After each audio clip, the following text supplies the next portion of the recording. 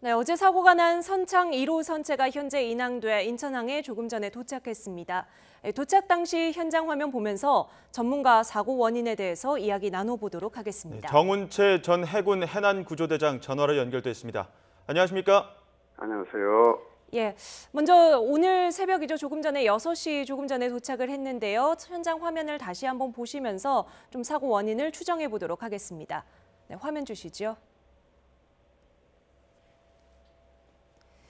네, 지금은 인천항에 선창 1호 선체가 들어오고 있는 모습입니다. 어제 오후 4시 반쯤에 인양이 돼서 바지선에 올려서 조사를 하고 있었고요. 이 바지선이 도착한 모습인데요. 일단 외관을 보시면 선미 엔진실 부분이 큰 충격으로 파손이 됐고 지금 바닥에 화면상으로는 위쪽으로 보이죠. 이쪽에 완전히 파손되어 있는 모습이 보입니다. 저 부분을 배 어느 부분이라고 봐야 합니까? 어제 저희들이 봤을 때 그 모습하고는 좀 다르네요. 지금 보니까 저거는 늑골 부분이 아니고 네. 그냥 현측 부분이에요. 예. 그래 현측 부분에 저렇게 찢어졌다는 것은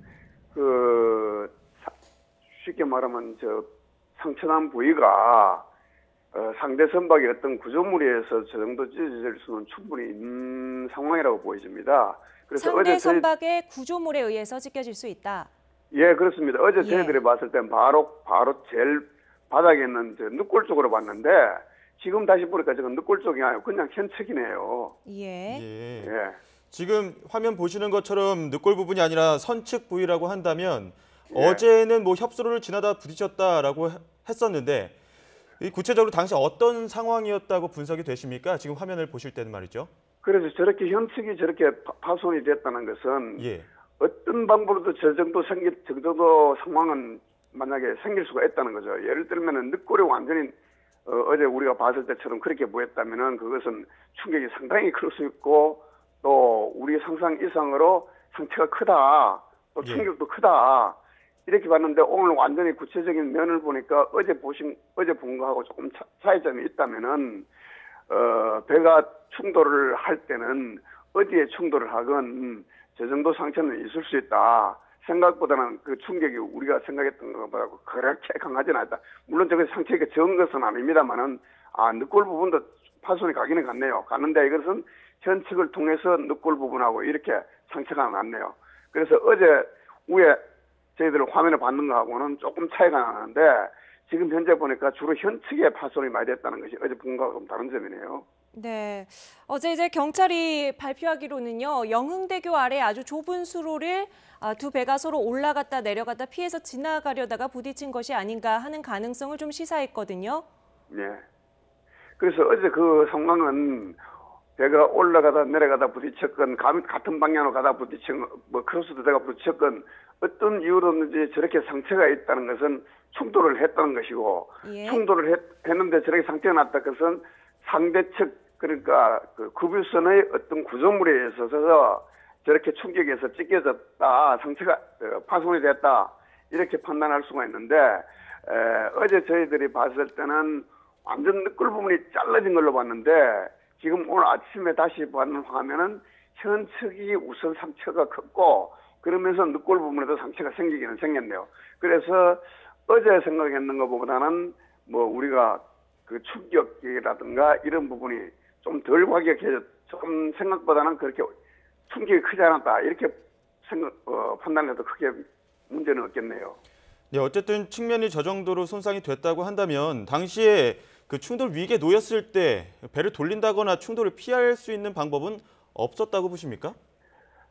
저도 어저께 얘기했습니다만 물론 배라는 것은 브레이크도 없고 그러다 보니까 갑자기 우리 자동차처럼 움직일 수는 없습니다. 없는데 예. 제가 어제도 말씀드렸지만 저렇게 상처를 입었다는 것은 저 정도 상처를 입었다는 것은 그것을 인지한 시간이 아주 짧은 시간이었다는 거죠. 쉽게 말하면 충분한 시간을 두고 인지를 했거나 회피할 수 있는 그런 시간적 여유가 없었다. 아주 급박한 시간에 판단됐다. 이렇게밖에 볼 수가 없습니다. 네. 네, 말씀하신 것처럼 어제 생존하신 승객분도 하신 말씀이 뒤쪽에 배 모양의 불빛이 있다고 해서 배일 거야라고 생각을 하고 그런가 보다 했는데 그 얘기를 하고 1, 2분이 채 지나지 않아서 암흑 같은 데서 아주 깜깜한 데서 뭔가 크게 나타나고 뭔가 판단할 겨를 없이 바로 꽝 소리가 났다는 거거든요. 네네. 그런 경우에는 보통 어떤 형태의 충돌이라고 예상이 되십니까? 쉽게 말하면 그렇습니다.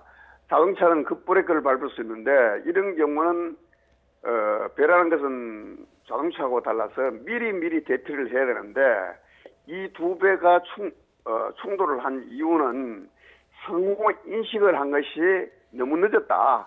그래서 이미 그때는 피할래야 피할 수 없는 상황이었다. 다만 그때 인지하고 난 뒤에 양배가 할 수 있는 것은 속도를 줄이거나 신호를 바꾸는 외에는 다른 방법이 없어요. 그랬을 때 이 정도 충격을 입었다는 것은 인지한 시간이 너무 짧았다. 그러니까 위험을 인지한 시간이 너무 짧기 때문에 충격이 클 수밖에 없었다. 이렇게 이해를 하시면 되겠습니다. 네, 저희가 오늘 새벽 바지선으로 인양된 배의 화면을 보고 계십니다. 선체 좌측과 바닥 부분이 크게 갈라진 모습을 화면으로 보고 계시는데요. 상대 선박이 어떤 구조물에 의해서 파손됐을 가능성에 대해서 조심스럽게 말씀을 해주셨습니다. 지금까지 정운채 전 해군 해난구조대장과 전화로 이야기 나눴습니다. 오늘 말씀 감사합니다. 네, 수고하세요.